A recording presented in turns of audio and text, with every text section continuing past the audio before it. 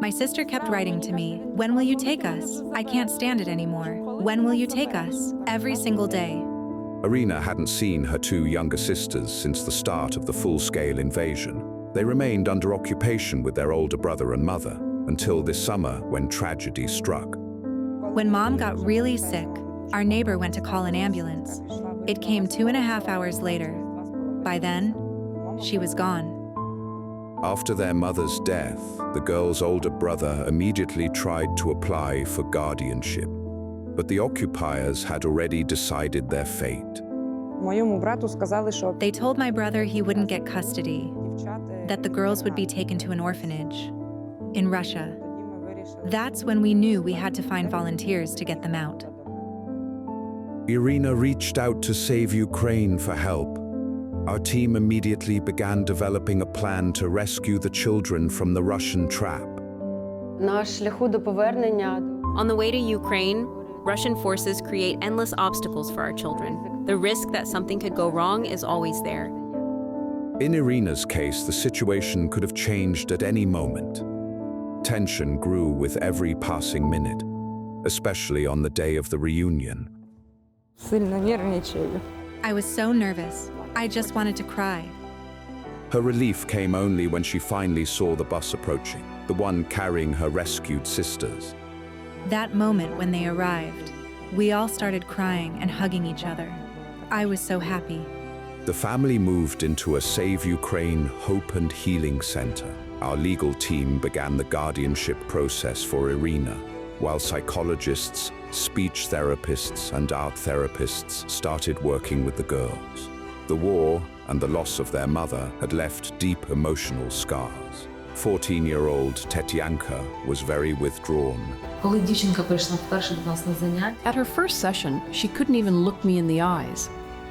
Any interaction was incredibly difficult for her.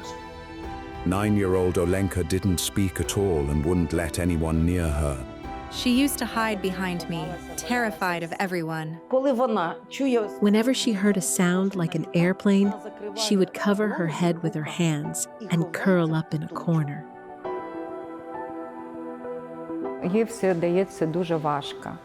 Even drawing or sculpting was hard for her. This little clay ball was the first thing she ever made. After just 3 weeks of therapy, both girls began to change. Tetyanka made friends with other children and found her passion for art.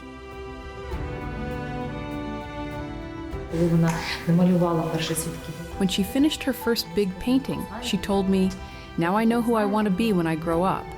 I asked, "Who?" She said, "An artist."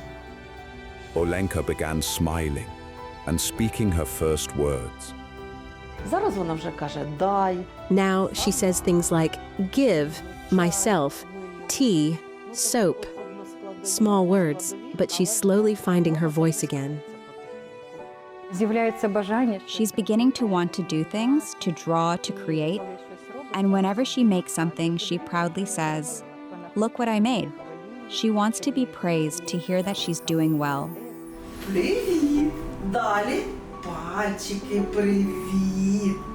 She reaches out for hugs. She longs for warmth and a mother's affection. She knows her mom is in heaven. She remembers her mother and says, "Mama, no."